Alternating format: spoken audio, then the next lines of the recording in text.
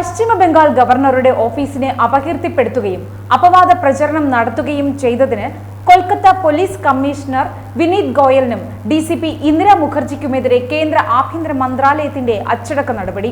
കേന്ദ്ര സർക്കാരിലെ ഉന്നത ഉദ്യോഗസ്ഥനെ ഉദ്ധരിച്ച് PTI വാർത്താ ഏജൻസിയാണ് ഇക്കാര്യം റിപ്പോർട്ട് ചെയ്തത്.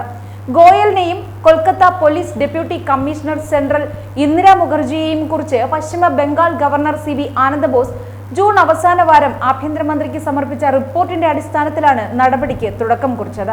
തെരഞ്ഞെടുപ്പിന് ശേഷം ബംഗാളിൽ നടന്ന അക്രമങ്ങളിൽ ഇരയായവർക്ക് ഗവർണറെ കാണാൻ രാജ്ഭവൻ ആവശ്യമായ അനുമതി നൽകിയിട്ടും കൊൽക്കത്ത പോലീസ് ഉദ്യോഗസ്ഥർ അനുവദിക്കാത്തതുവഴി ഉടലെടുത്ത പ്രശ്നങ്ങൾ ഗവർണർ തന്റെ റിപ്പോർട്ടിൽ കേന്ദ്രത്തിന്റെ ശ്രദ്ധയിൽപ്പെടുത്തിയിരുന്നു. വിശദമായ ആ റിപ്പോർട്ടിന്റെ അടിസ്ഥാനത്തിലാണ് IPS ഉദ്യോഗസ്ഥർക്കെതിരെ കേന്ദ്ര ആഭ്യന്തര മന്ത്രാലയം അച്ചടക്ക നടപടി ആരംഭിച്ചതെന്ന് ഉദ്യോഗസ്ഥർ PTIയോട് പറഞ്ഞു. കത്തിന്റെ പകർപ്പ് ജൂലൈ 4-ന് സംസ്ഥാന സർക്കാരിന് അയച്ചിട്ടുണ്ടെന്നും അദ്ദേഹം കൂട്ടിച്ചേർത്തു. രാജ്ഭവനിലേക്ക് നിയോഗിക്കപ്പെട്ട മറ്റു ചില പോലീസ് ഉദ്യോഗസ്ഥർ രാജ്ഭവനിലെ ഒരു വനിതാ താൽക്കാലിക ജീവനക്കാരി 2024 ഏപ്രിൽ മെയ് മാസങ്ങളിൽ കെട്ടിച്ചമച്ച ആരോപണങ്ങളെ പ്രോത്സാഹിപ്പിക്കുകയും രാജ്ഭവനെ അപകീർത്തിപ്പെടുത്താൻ ശ്രമിക്കുകയും ചെയ്തതായി ബംഗാൾ ഗവർണർ റിപ്പോർട്ടിൽ കുറ്റപ്പെടുത്തി.